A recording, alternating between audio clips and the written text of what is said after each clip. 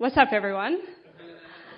So I am super psyched to be talking to you all today about MVPs, or like I like to say, MLPs, Minimum Loveable Product. And we're going to be looking at design systems and the design thinking behind design systems, and it's going to be a journey.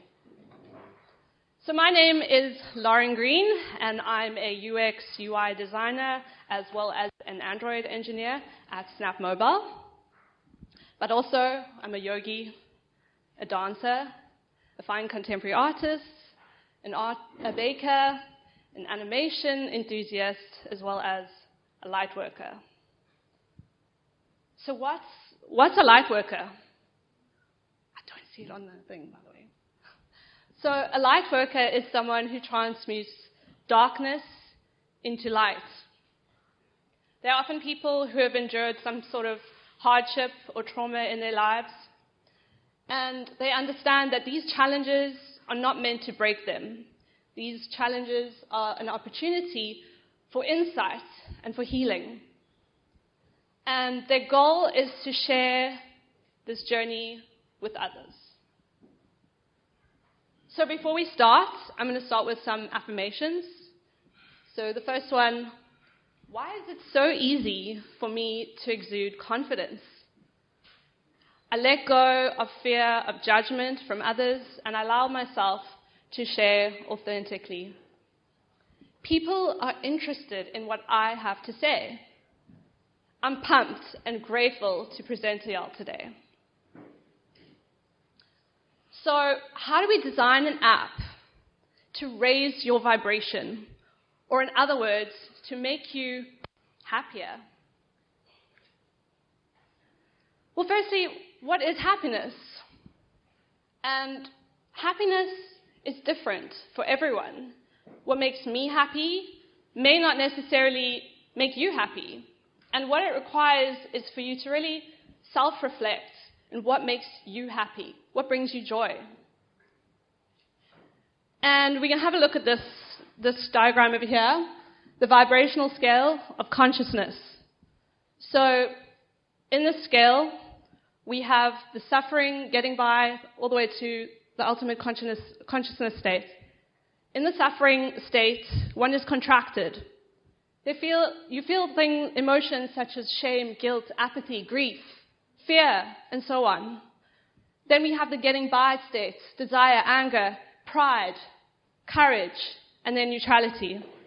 And then we have the flow states, where we experience willingness and acceptance.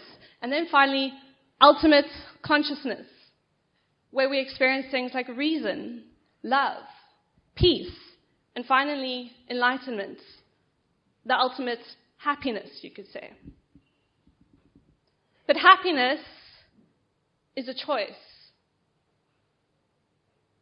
And the secret to happiness is being happy now with what you have and who you have now in this present moment. So in evidence-based design, or EBD, we start from the end. We start from the problem, and then we work our way to the solution. So here, our problem is we're in a low vibrational, contracted state. We're unhappy, and we do a bunch of stuff. And then we reach happiness, our solution, a high vibrational state. So what is the evidence-based design process? The first thing is research and defining the problem. Then we ideate and hypothesize around this problem. And finally, we draw a conclusion. We determine the outcome, and then we iterate and iterate. So a hypothesis could look like this. I believe that daily positive affirmations for anyone, could be you, me, especially those low vibrationally, will achieve a higher vibrational state, happiness. So let's now go back to design systems. So what's the benefit of a design system. The benefits are scalable solutions, cross-functional collaboration between your design team, your developers, everyone, in a cross-functional team, optimized workflow, and one source of truth. The design system acts as a single source of truth. And a great thing about design systems is they're adaptable. They grow with time. They're forever changing. So let's look at first the style guide. So what is a style guide? Style guide are rules and standards regarding color, typography, spacing, elevation, and so on. And each of these individually are called tokens. So we could have a color token, and a whole bunch of color tokens are primary or secondary color, and so on. All of these tokens together make up the style guide for color. And what is a design system? So a design system is a structured collection of reusable components that are shared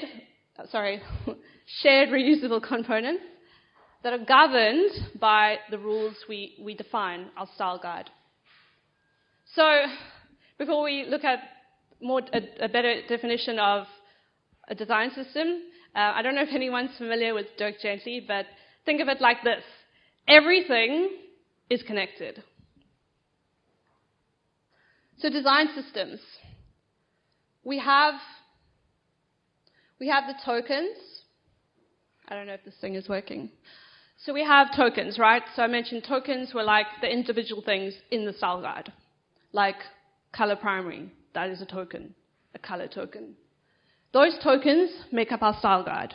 Our style guide are the rules, the guidelines. We use those rules and guidelines to create components. We then take a combination of, it could be a combination of components, combination of tokens, or even a combination including patterns itself to create patterns. So patterns are combinations of these things. And altogether, that makes a design system. We then use that design system to create wireframes. And a collection of wireframes is a feature. So let's look at the brand's philosophy or the design philosophy, which defines the branding for the app. So words that came to mind when I was thinking about building this app was uplifting, positive, calming, playful, encouraging, and passionate. And you'll see that the choices I make for all my components and tokens throughout always have this brand philosophy in mind. So the first thing you've got to do is define what is your brand's philosophy. So let's have a look at the style guide. Spacing. So these are the spacings that I used for the padding, the margins and gutters between 4 pixels and 24 pixels. Color. So when considering the color to use, I went and looked at the symbolism of color, and I based my color choices on that. So purple symbolizes spirituality, royalty, imagination, has effects that enlighten, inspire, uplifts, and encourage. These are all words that were in line with my branding philosophy. Positive words like compassion and wisdom. Pink symbolizes, again, compassion, love, femininity, playfulness. It has effects like calming. It can be uplifting. It nurtures. It energizes us. And then we have blue. So blue symbolizes trust, security. It has effects that protect. That's an important one. Calms, relaxes, supports. These are all great words for describing my app. So these are the colors I went with. So what I did was I kind of combined the purple and the blue to kind of create this color here, color primary. It's kind of in between purple, it's in between blue, but it really embodies the app well. And then we have the pinks in the secondary color, as well as these colors defined here, which you will see later on are used throughout the app in the illustrations. So I used these colors together because I chose these colors to be kind of different because it couldn't be too similar because I wanted something that was contrasting, and you'll see how I use them in gradients. So yeah, it was important to choose colors that were different, but kind of the same. Let's look at typography. So I used Noto Sans JP. I used Google Fonts. Google Fonts are free. It's usually easiest to use Google Fonts. If you use a font that's, perhaps you might need to buy it, or there might be a license for it, so you need to always check the font. But Google Font is always safe because it's free. So it's a modern, clean font with an elegant feel, and it's used for its clear legibility. Whereas the so typically you only use one font in an app, but I decided to use two. I just liked how it looked, and I used the Noto Sans one because it's more legible, but then I wanted something that had those soft, rounded corners to kind of go with my brand style guide or my brand philosophy. So Quicksand is playful, and it's got these rounded corners, and that really does go well with the branding. But you'll see that Quicksand is only really used in the headers. Elevation.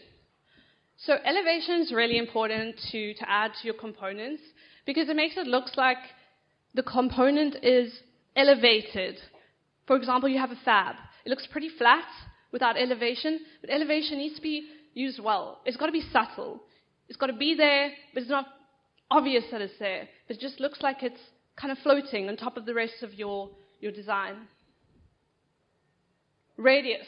Okay, so with radius, I don't know if any of you have up to date with interior design trends. I'm really passionate about interior design, and we've been seeing in the last 2 years a lot of curved interior design, a lot of curved furniture, and this is because the pandemic, I guess, and curved furniture really does subconsciously affect your mind. It has this softening, it calms you, whereas something that is rigid, like a square, it's got this rigidness about it, it's kind of more harsh. So the curves are intentional. They are to kind of soften and calm and give the app this kind of soft feel.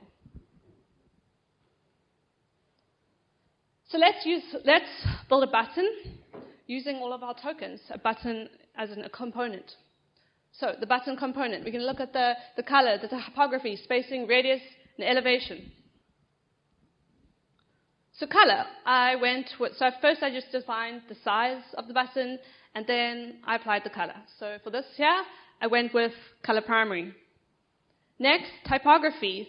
So I used the Noto Sans one because it's more legible, and as you can see there, I applied the typography on the button. Next, I added the spacing. So I went with this spacing token over here, 20 pixels. I applied it to the button, and I also centered the button, the typography. And now it's starting to look more like a button, but it's got the rigid corners still. So next, I rounded the corners. I used this radius token, and I applied it to the button. And then lastly, I added the elevation. So if we go back, that's subtle, but you can see the difference between without the elevation and with the elevation. It looks like it's on top of the screen, not just flat, blended into the rest of the screen. So elevation is really important to add.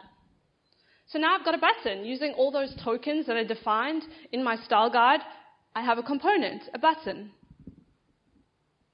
And basically, using that example, I will do that for all the rest of the components, but I can't go through all of them with you.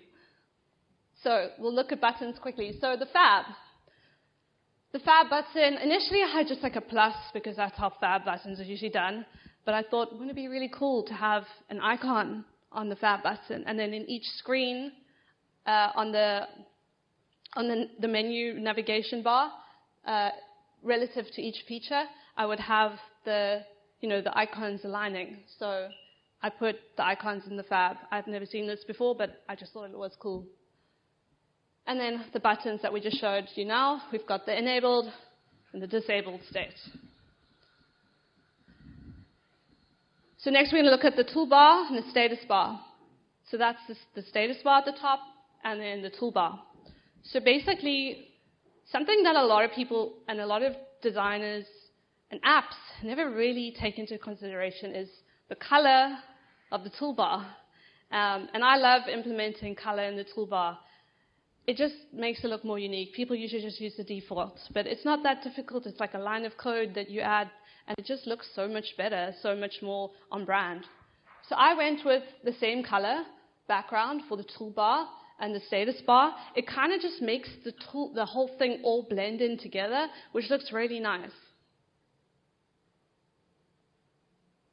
So the bottom bar, initially I never had the curved bottom bar, but then when I actually defined my style guide, I decided to add the curves to the bottom navigation bar, and it just looks really cool. And then I've got those icons on the navigation bar, which we're going to talk about icons soon. The scroll bar. So I took color primary at 20% opacity. I applied my radius of 12 pixels as well as a width of 10 pixels, and there I've got a scroll bar, and the scroll bar will disappear. It will only appear when you scroll, and then it disappears. So let's look at iconography. So I use 24 pixels and 32 pixels. This is generally what we use in design systems. I use a stroke of 1.4 pixels. The ends, you can see they're rounded, as well as the joins. And this complements our style guide really nicely. Another thing to consider is the key shape and the trim. I don't think I've actually done this for all my components. I need to go back and implement this. But what this does is when you use this key shape, you put it over your icon. And basically it means that all the icons are sized really well. You don't have bits that stick out. And then you have the trim. So that's like you can never go over the trim. But sometimes you can go over the key shape. This thing here, this is the key shape. This is the trim. So these are the icons that I drew. So we've got the action icons, all those ones up there, the navigation icons, the menu icons, and the time icons. And another thing to consider is naming icons. I'm not going to talk about that in this talk, but that's another thing that you should do. You should also collaborate with the dev team when naming the icons.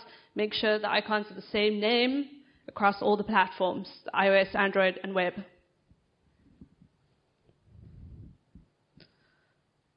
So the logo, this is something I actually started off with first when I was doing the app, but I guess everyone does that.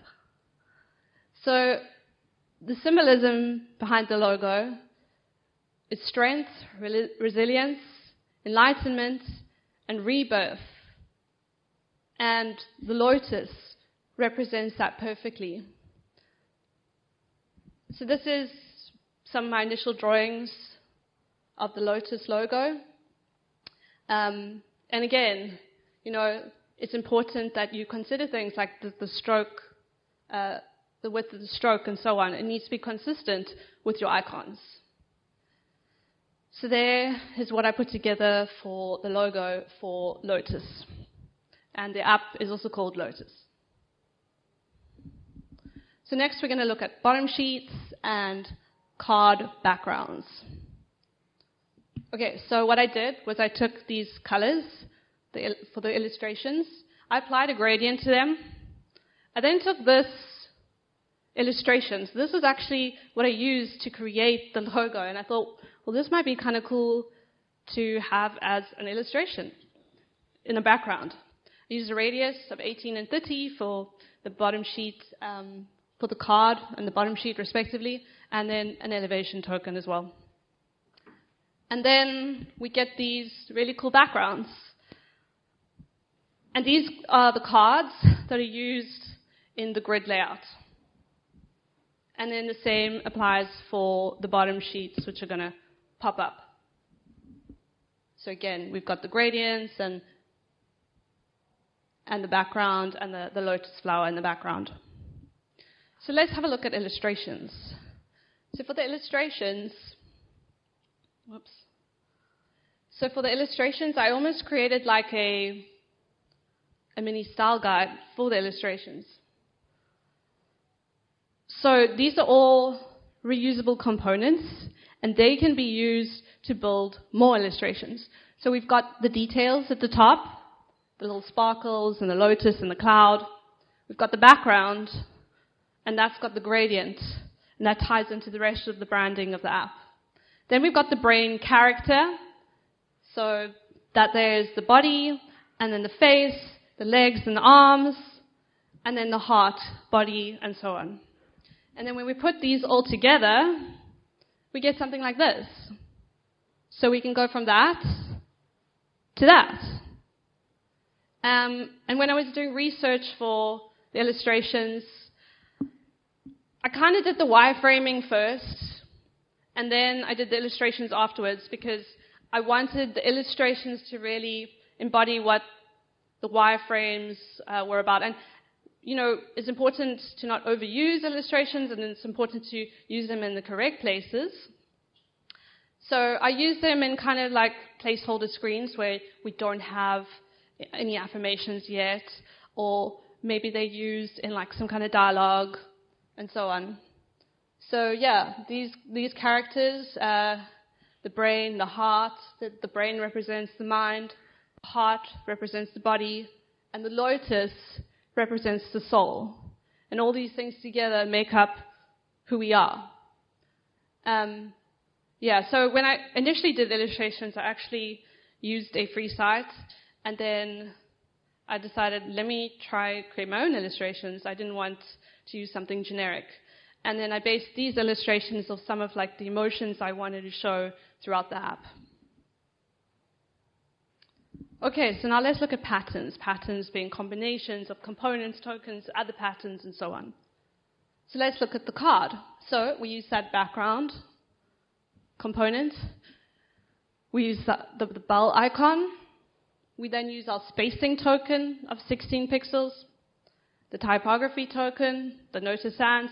We get this. That is now a pattern, a combination of all this stuff.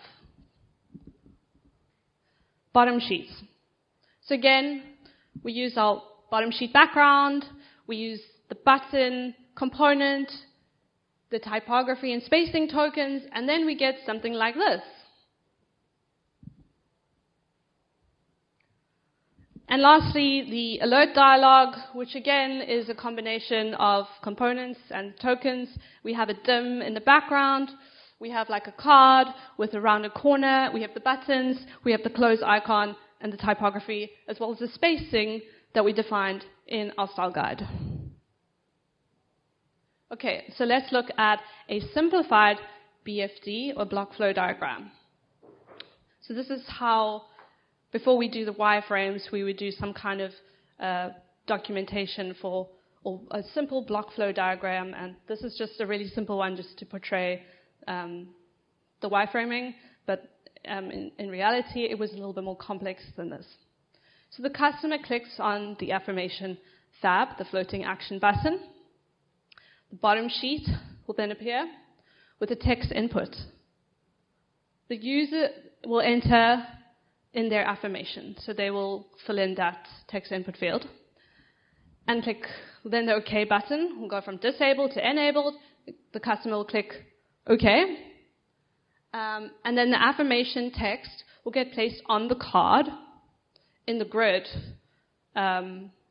with the background, and then the customer can click into the card. They can edit, share, set the affirmation as their current daily affirmation, or they could delete the affirmation.